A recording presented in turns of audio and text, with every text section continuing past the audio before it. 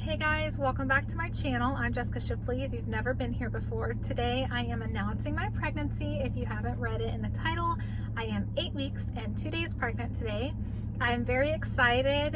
If you're a true OG to this channel, you remember my announcement video back in November that I was pregnant, and then unfortunately a week later I announced a miscarriage. I do want to take a brief moment to talk to those people really quick and explain myself, because I ended up disappearing off of social media for a little while and deleting those videos. So during that time, I was extremely discouraged, and anybody going through infertility and or miscarriages knows what I'm talking about discouragement and the heartbreak that you feel and all the feelings that go around with that. If you are new, I was dealing with infertility for 2 years, and it just so happened that on this journey it felt like something was constantly happening. I got diagnosed with endometriosis.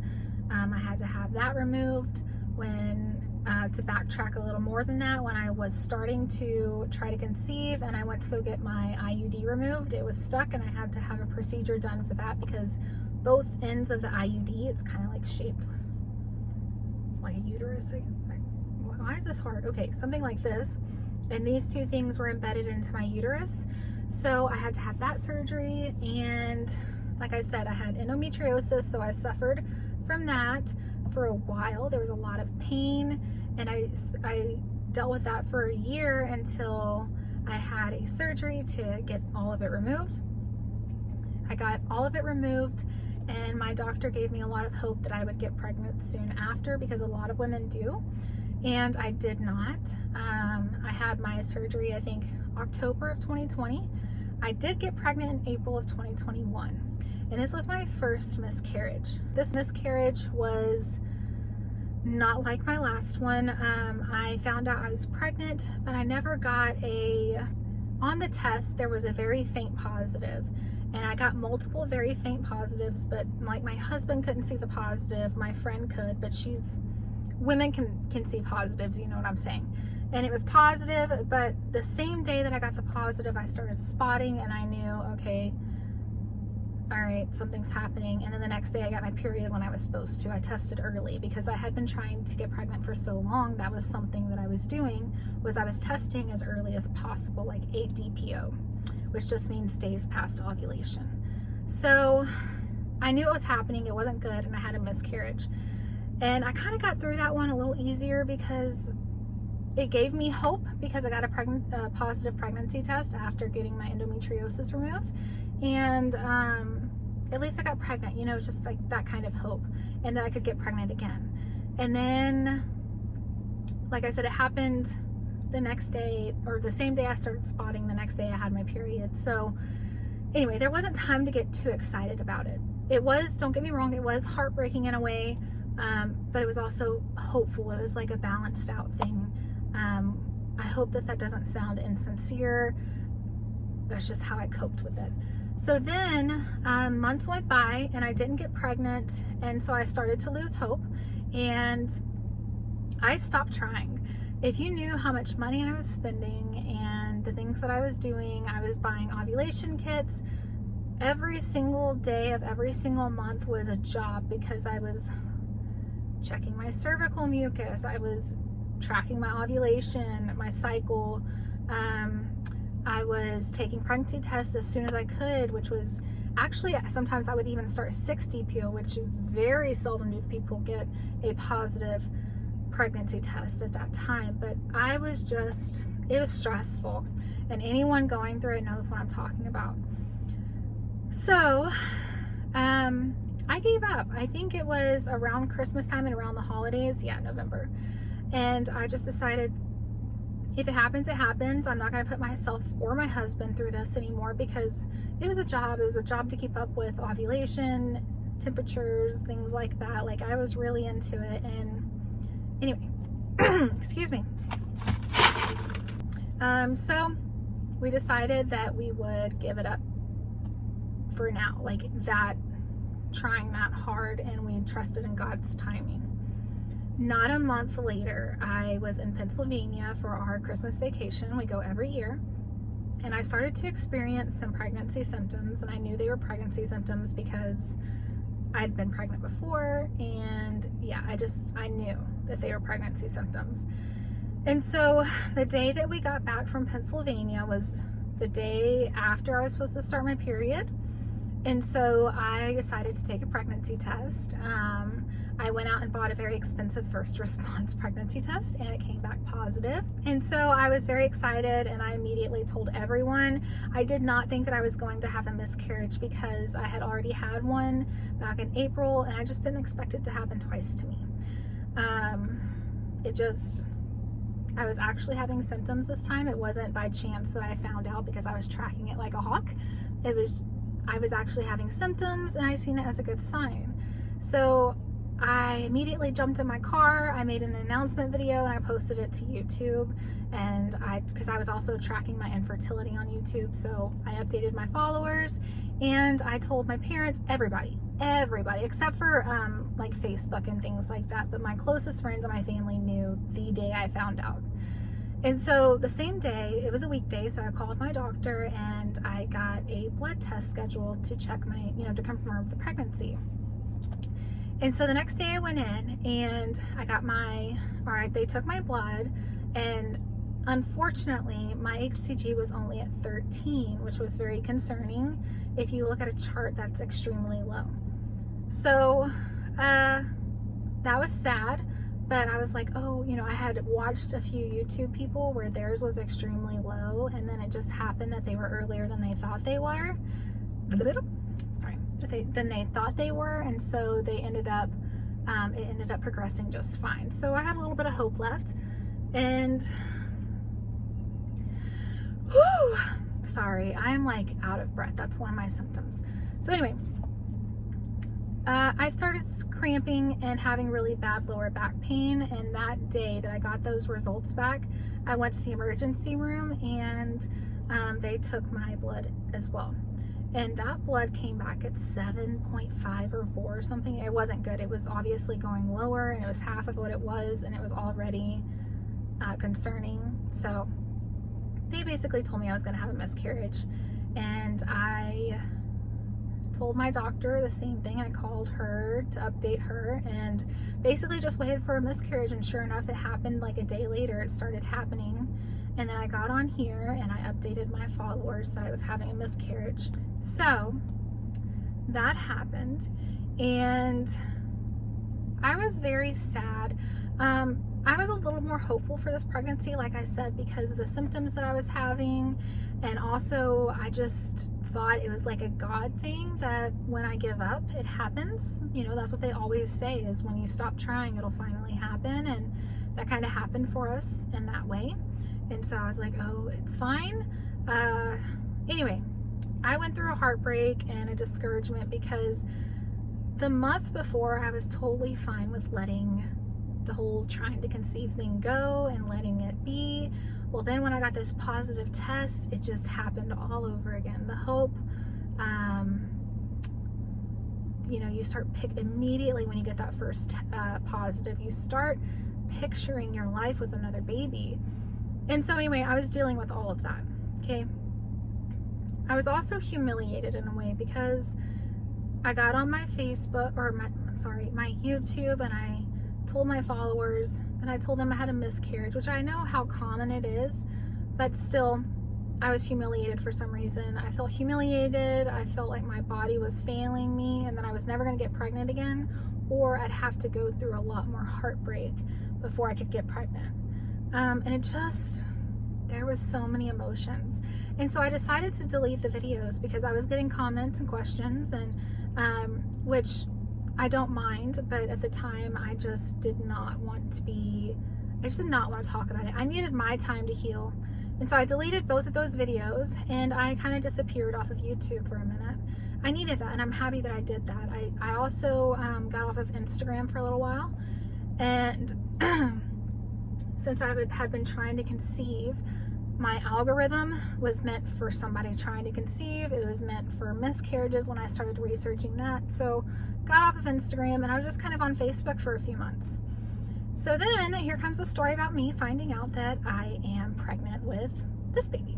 So the week that I found that I was pregnant, I was experiencing symptoms that made me think that I might be pregnant, but I refused to take a pregnancy test until a week after my period had been missed.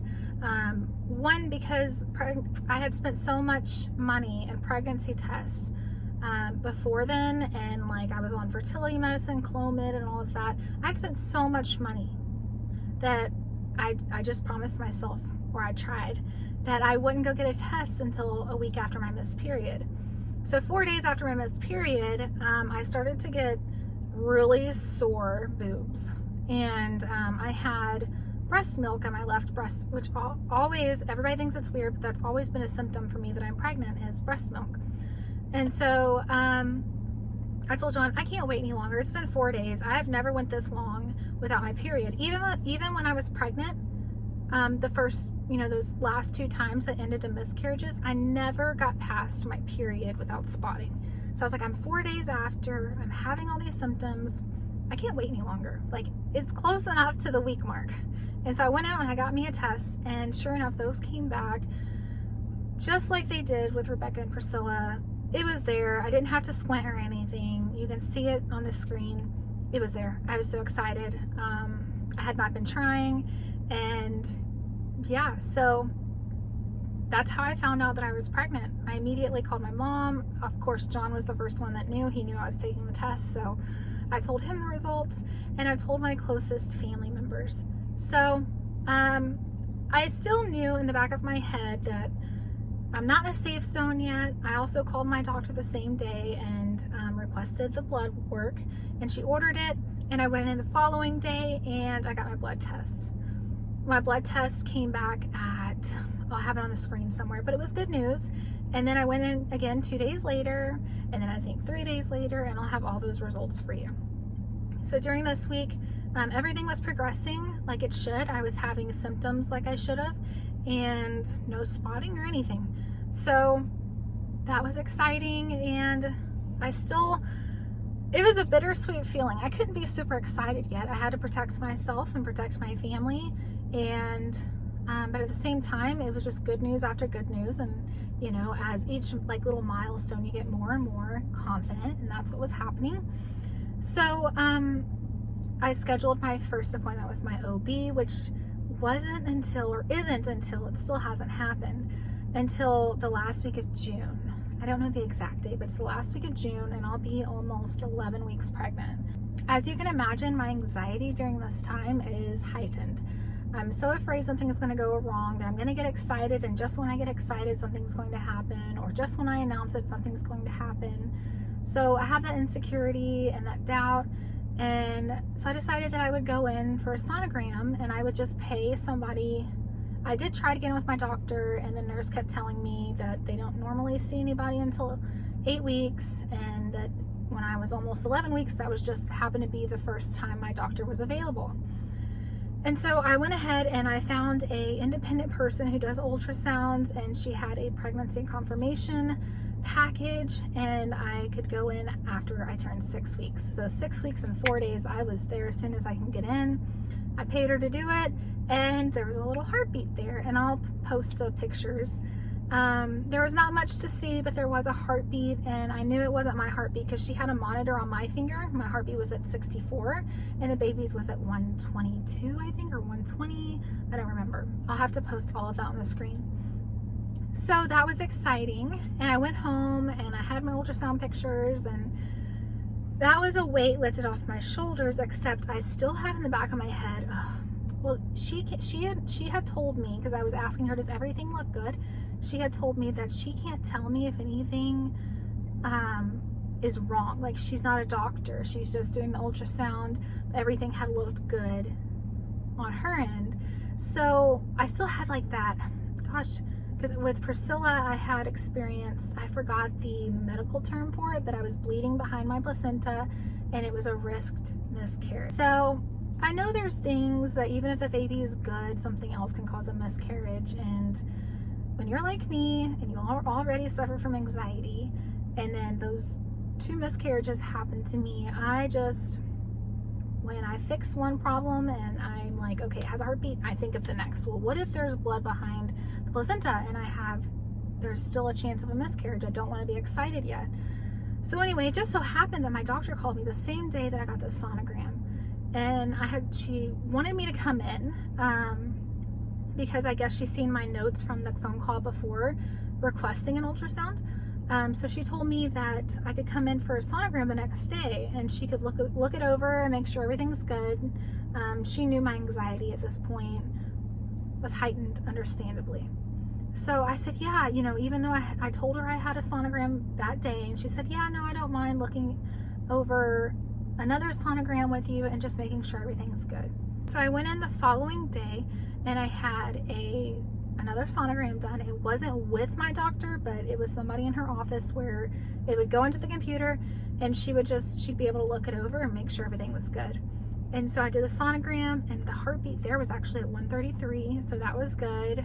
I don't know if I got pictures, but if I did, I'll post them. Even though there's not much to see, the heartbeat was there, the heartbeat was good.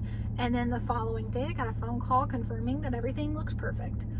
So week 7, which was last week, I noticed my symptoms skyrocketing, like to where before they were mild. I had the normal cramping, headaches. I wasn't tired or anything until last week. Last week, I started to get very tired, and it's like as I progressed, I'm just getting more and more tired, and I'm thinking to myself, okay, I've got 2 babies to take care of. I think I'm tired enough. So anyway, I started to experience fatigue last week and nausea. And the nausea and the fatigue have progressively gotten worse, so I had to call my doctor, and I am currently on today, for the first time, a prescription for nausea, which really helps the nausea in my opinion. It's still there. I still have aversions to literally everything. I have no cravings.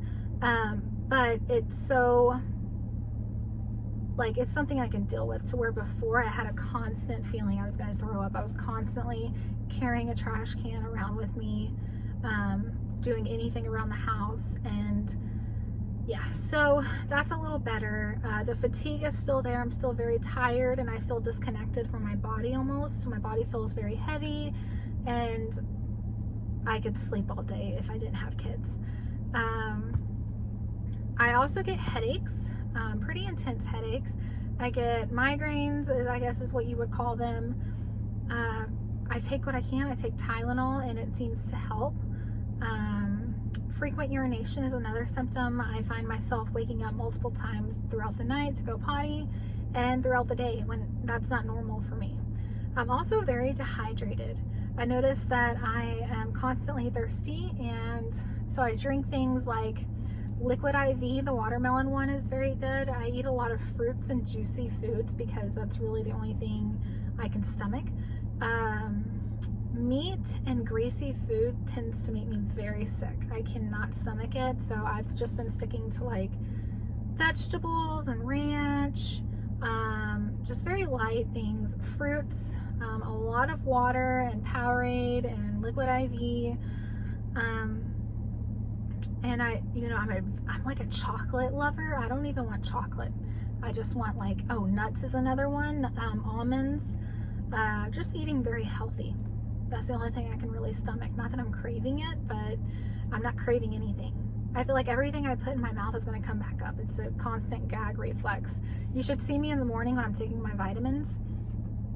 I'll take the vitamin and then it'll come back up. I'll gag. It's so embarrassing. I can't even take it. But yeah, I've got to wash it down with multiple sips of water. So yeah, that kind of sucks. The nausea, the fatigue, the food aversions. I want my appetite back. I love my appetite. I love food, so that sucks. And I constantly feel like I'm starving. I'm constantly eating, snacking on fruits and vegetables and this and that. I also eat like proteins. I think it's the Special K peanut butter chocolate protein bars, the meal bars,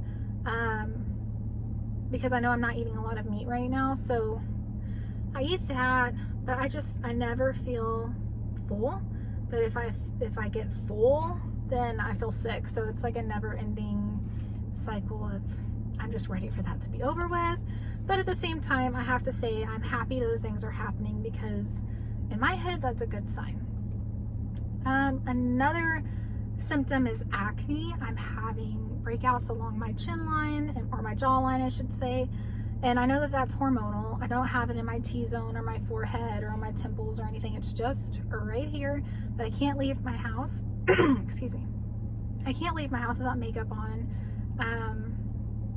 I'm just embarrassed about my acne. So that, also talking about skin, my skin's extremely sensitive. When I'm shaving or anything, I have razor bumps everywhere, and it's summertime, so that's very embarrassing. I constantly have to shave because I'm wearing shorts, and right now it's 99 degrees outside. I live in Texas, so that's embarrassing, and it's hard to shave every day because that just makes it worse. I've tried like aftershave. I've tried all the things. It's just my skin because I'm pregnant. Also, I went to Galveston this past week with my mom on like a little girls' vacation with my kids, and I've noticed I got burnt really quick. So that probably goes hand in hand with the sensitive skin thing. So my skin is very sensitive as far as acne, how it's responding to the sun and razors and things like that. That's pretty much it with symptoms as far as this week. Oh yeah, I'm either bloated or I have a bump already. This is my 3rd pregnancy. Well, you know what I mean, like with a growing baby. I've had 5 pregnancy total, but the 2 miscarriages, the baby never had a chance to grow. So this is my 3rd pregnancy where the baby's growing, and I've always heard that the more children you have, the quicker you show. So I don't know if it's bloat or if it's a bump. I'll show you in a minute, but it's there, and I can't fit into my jeans. So that's an uncomfortable feeling, especially in the summertime. I can't fit into my shorts, which makes me want to wear yoga pants, and everybody's like, girl, it's 100 degrees outside and you're in black yoga pants. And I'm like, nothing else fits me. So that sucks. Oh, I do have another symptom. The cramping. It's not a concerning cramp because I know it's not like period cramping. It's more of like a shooting pain, or above my uterus or on my sides. Just what I assume to be stretching pain.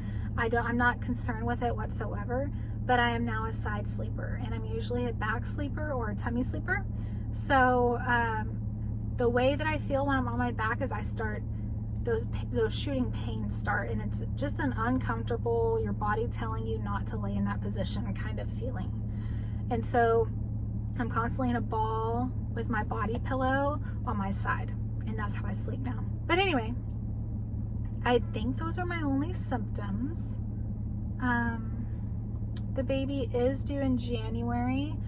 When I have my first actual appointment with my doctor, when she does my ultrasound herself, I'll give you an update on the measurements of the baby and then an updated due date.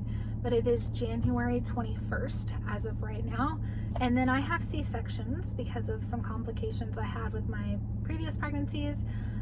So I'll actually be induced the week before. She does, it's the same doctor with all my pregnancies, and she's always done it, unless she's changed it, at 39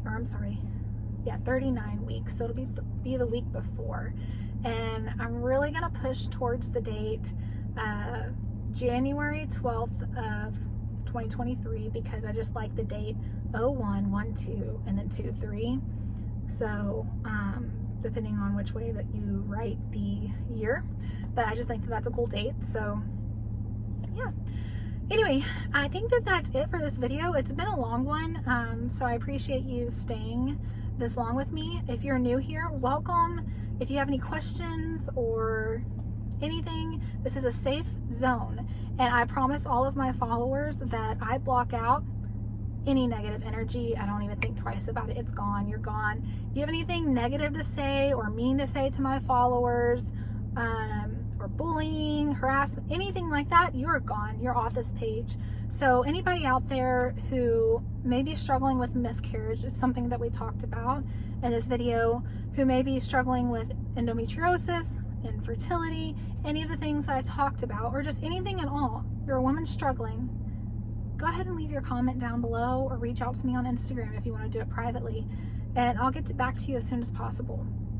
But never feel like you can't do that. That's one reason I put this video out there, is to connect with other women, and for other women to connect to me and to connect to each other. It's just a safe zone for us all. So anyway, it's been a 27-minute video until I edit it and cut out all of my bloopers. But thank you for being here with me. I can't wait to do more updates, and for you and for me to watch my growing belly, and then eventually meet my little, I think it's the size of a dice right now is what my app says. So yeah, all right, I think that's it. I'm gonna go ahead and end it here. If you liked this video and you would like to follow me on my journey, go ahead and like the video, subscribe to my channel, and I'll see you in the next video. Bye. Okay guys, I did forget to show you my bump, so I'm gonna go ahead and do so on my porch. Okay, here it is. But like when I suck in, it doesn't do anything, so I think that it is. Ignore my cheap shorts. I kind of stretched this out because nothing fits me right now. But yeah, I think that it's a bump. Here, let me smooth this out. You can kind of see it better that way. But like when I suck in, it's still there. So, I don't know. I'm gonna call that a bump, but if it's bloat, whatever you think. But there it is.